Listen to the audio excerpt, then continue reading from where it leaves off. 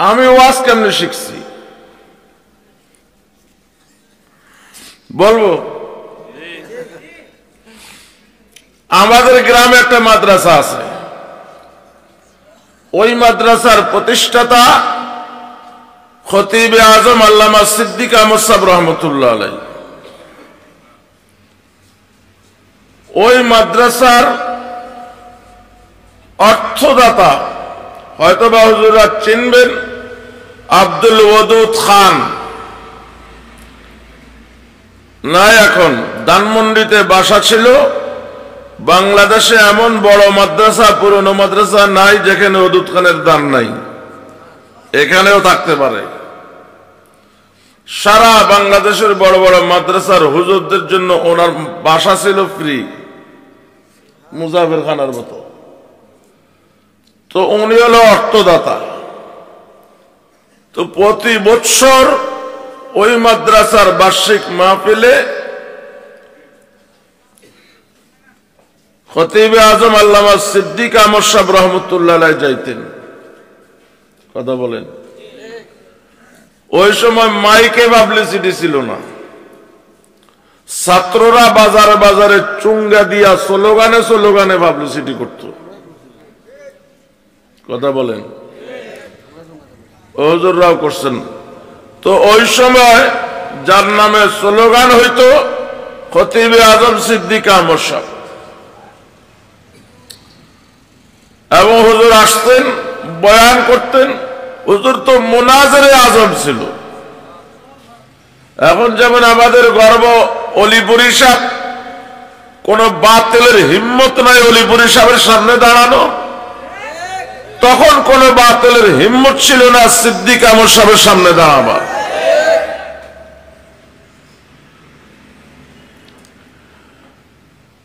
এটা মুনাজারা ছিল বাইতুল মুকাররমে। যে কোনো একটা দলে ডাকছে,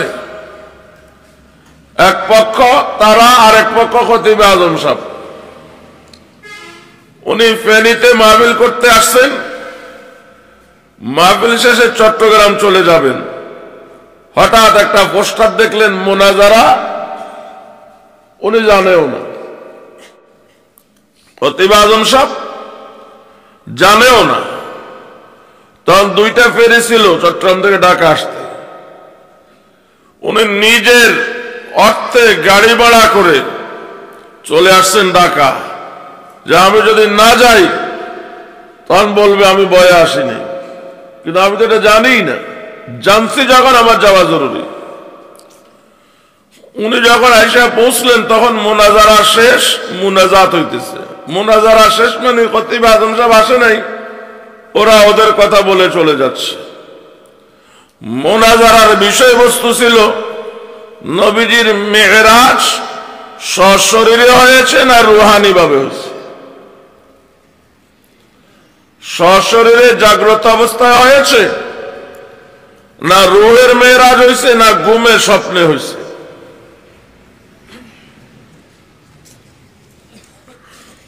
বক্তা তো মুনাজাত দিছে, মাহফিল শেষ রাত 11টা। খতিব সাহেব এসে ওই মাইকে দাঁড়াইয়া গেছে। মুনাজাত শেষে বললে বসেন, মুনাজারা মাত্র শুরু। ঘটনা এই আমি এমনি এমনি আসছি। 3.5 ঘন্টা কোরআন সুন্নাহর অকাট্য দলিল দিয়া বুঝাইয়া দিলেন নবীজির মেরাজ কিভাবে সশরীরে জাগ্রত অবস্থায় হয়েছে। সে হলো খতিবে আজম সিদ্দিক সাহেব। ওই সময় বয়ান বুঝার বয়স হয় নাই, দেখার বয়স হয়েছে। নারিকেলের মালা চেনেন?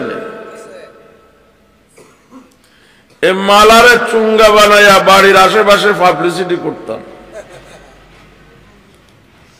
ওই মালারে গাছে ঝুলাইয়া তার সাথে সুতা বানতাম, আর একটা মাইক বানাইয়া নিজে নিজে ওয়াজ করতাম পিচ্ছি বাচ্চা লইয়া। ওয়াজ করার উৎস খতিবে আজম সিদ্দিক সাহেব রহমতুল্লাহ আলাইহি।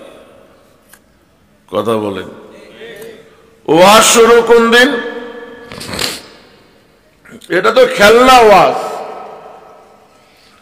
মেখল মাদ্রাসায় পড়ি, মাইকে কোরআন তেলাওয়াত করা নিষেধ। কথা কয় না? কেন? কোরআন তেলাওয়াত করা সওয়াবের কাজ। যতদূর আওয়াজ যায় মনোযোগ দিয়া তেলাওয়াত শোনা ওয়াজিব। কথা বলে না? এখন মেখলওয়ালাদের কথা হলো, মাইকে তেলাওয়াত হলে যতদূর আওয়াজ যাচ্ছে মানুষ তো শুনছে না, ওয়াজিব তরকের গুনাহ গুনাহগার হচ্ছে। অতএব মাইকে তেলাওয়াত না করাই ভালো। এখন বলতে পারেন আমাদের যেসব মাদ্রাসায় তেলাওয়াত করে তাদের ফতোয়া হলো কিছু লোক তো শুনে, আয়োজন তাদের জন্য। মাইক বাদ দিয়া মৌখিক তেলাওয়াত করলেও একজন যদি তেলাওয়াত করে 10 জন যদি শুনে, আওয়াজ তো 10 জনের বাইরেও যাচ্ছে। কিছু লোক যদি এতেমামের সাথে শুনে, শোনার হক আদায় হয়ে যাবে। বাকি যারা শুনে না এটা মাফ। কিন্তু আমরা তো মেখল পড়ি, আমাদের ঈমান বিশ্বাস তো কট্টর, তেলাওয়াত মাইকে করা যাবে না। আমাদের কয়েক গ্রাম মিলে ঈদগাহ, আমাদের নিজস্ব জায়গার উপরে। আমার বড় জ্যাঠা তথা কোথাও বড় আব্বা বলে, তিনি হলেন আমাদের বংশের পক্ষ থেকে জমিনদাতা মোতওয়াল্লি ঈদগাহের। ফজরের পর পরে অন্তত 2-4-500 মানুষ জমা হয়ে যায়, কয়েক গ্রাম মিলে ঈদগাহ। তো উনি আমাকে বলে, যাও একটু তেলাওয়াত করো। মেখল যে বছর উর্দু গানা শেষ করে আমার ঈদগাতে কি বলল, তেলাওয়াত করার জন্য। তো আমি তো জানি মাইকে তেলাওয়াত করা যায় না, তো আমি তেলাওয়াত করার পরিবর্তে ওয়াজ শুরু করে দিলাম। সোজা কথা না? মেখল যারা উর্দু গানা পড়ে এরা ছোটখাটো একজন মৌলবী হয়ে যায়।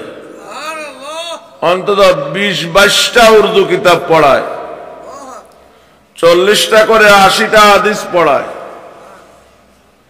কোরআন হাদিস কম জানা নাই, ছোট হইলে কি হবে? এই জীবনের প্রথম ওয়াজ। ও বাচ্চা এটা উঠা নিয়ে কথা এই লাইনে চলে আসছে। তো তোমরা শোনো, বোঝা লাগবে না, এই শোনাটাই একদিন কাজে লাগবে।